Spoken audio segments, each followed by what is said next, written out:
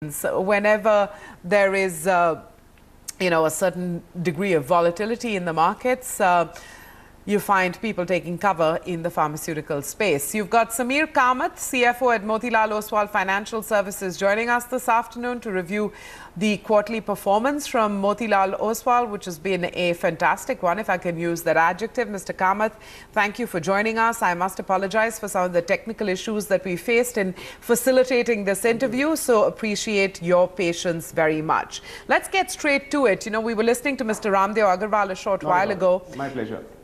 We were listening to Mr. Agarwal's press conference a short time ago, and he was talking about the capital markets business and how after a long lull it seems to be back and back fairly soundly. Walk us through first that bucket.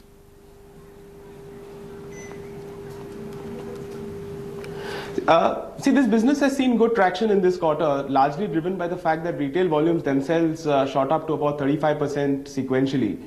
You're seeing some interest in the retail side coming in. From our own business perspective, we have seen a top line growth of about 46% in this business. This is largely because of some of the investments we've been making over the last 2 years. Right early on, we said that this is a business that is going to build momentum, and we needed to invest upfront into these businesses.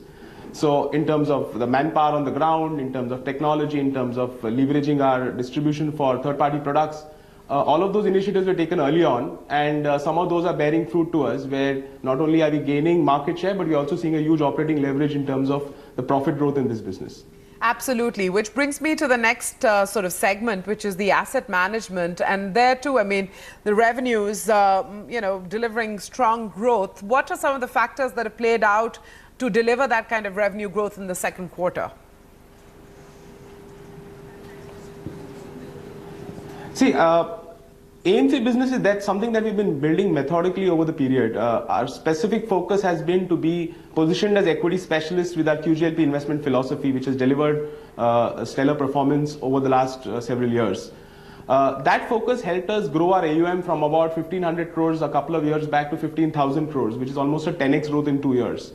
That's the kind of revenue traction you've seen. If you see this quarter also, we have seen almost a 48% year-on-year revenue growth, largely driven by the fact that we are adding significantly new assets, and our market share on the net flows on equity is about 4%, which augurs well for building scale and size in this business.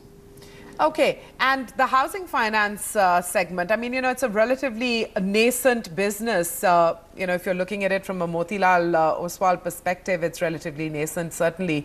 Walk us through some of the drivers there and whether it's going to continue to maintain the kind of momentum we've seen in the early years.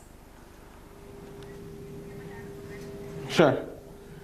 See, housing finance is a new venture for Motilal. It's the 3rd year of business for us. That need of creating that business originated from the fact that our agency businesses threw out a lot of free cash flows which were not deployed at high ROE. There is sub 10% ROE earlier.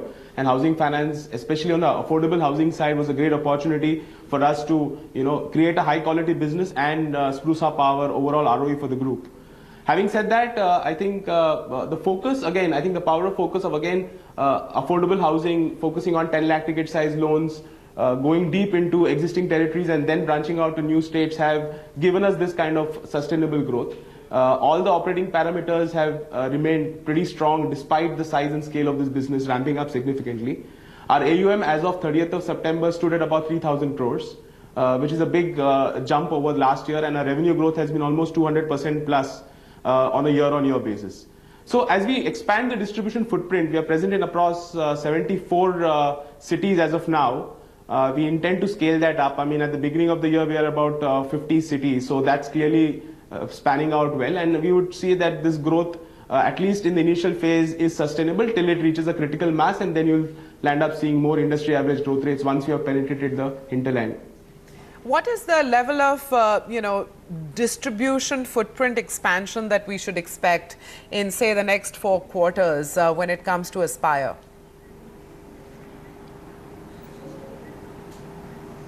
See, I think right now our focus, we are present predominantly starting from Maharashtra, Madhya Pradesh and Gujarat. Those are the cities where those are the states where we have gone deep into. I think a large part, almost 80-90% of the 75 outlets are in these these states, sorry. And now as phase 2 steps up, maybe in the third quarter of this, or third or fourth quarter of this financial year, we'll be branching out to few contagion states as well. So I think the focus has always been to go deep in one state, penetrate and get market share there, decongest that state in terms of outlet and reach, and then move out to other cities. So it's a very calibrated approach, and the incremental growth will come both from existing places and also from the new states where we will be setting up our own outlets. Okay, just one thought that I wanted a clarification from you on before I, ask for an outlook for the year. Apparently higher than expected carry fees on PE exits in the quarter have, been a positive contributor to the scorecard as well. Can you just expand on that? Yeah, see, so private equity business is a business where through the life of the fund you earn only management fees, and if you do well at the end of it, you get a participation fee. So this is a fund that we raised. This is the first fund that we raised under this business, which was raised in 2008, and our investment prowess got extended to this business as well. So just as a reference valuation, the investments we made is almost up 3.5x, and we earn a 20% participation fee on any surplus we make over and above the capital. So this carry is an outcome of the exit of the first fund. We expect that the exit will be fully through between this year and the next financial year, and that will be a big event for both these financial years. And in this first half, we already seen a carry at a PAT impact of about 64 crores come through. So where does that leave us for Motilal Oswal expectations for the rest of the year? I mean, the same click?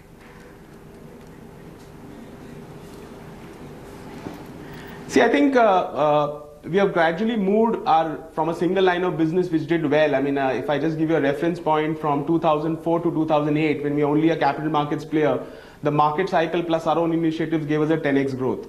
Over the last downturn, if you could call it that, we have diversified our business lines into 4 strong engines of growth: the capital markets business, the asset and wealth business, the housing finance, and our own sponsor commitment to our own asset management products. So I feel that these are 4 strong pillars that the company is riding on now. We build our business methodically, so we are not in a hurry to achieve scale. But most of the business we are building are fairly more linear in terms of outlook and profitability. And we see a huge operating leverage going forward from here as well. So I'm pretty optimistic about the growth prospects of the company. And we continue to stay focused in doing what we're doing. Okay, all the best with that, Mr. Kamath. Thanks very much for joining us this afternoon. Good talking to you, and once again, appreciate your patience. Here's wishing you a very happy and prosperous Diwali from the entire team. Thank you, and wishing you and your viewers a very happy Diwali and a prosperous New Year. Thank you so much. Okay, that was Sameer Kamath, CFO at Motilal Oswal Financial Services. We've got TVS Motor results flashing on your screen, and the profit after tax in the case of TVS Motor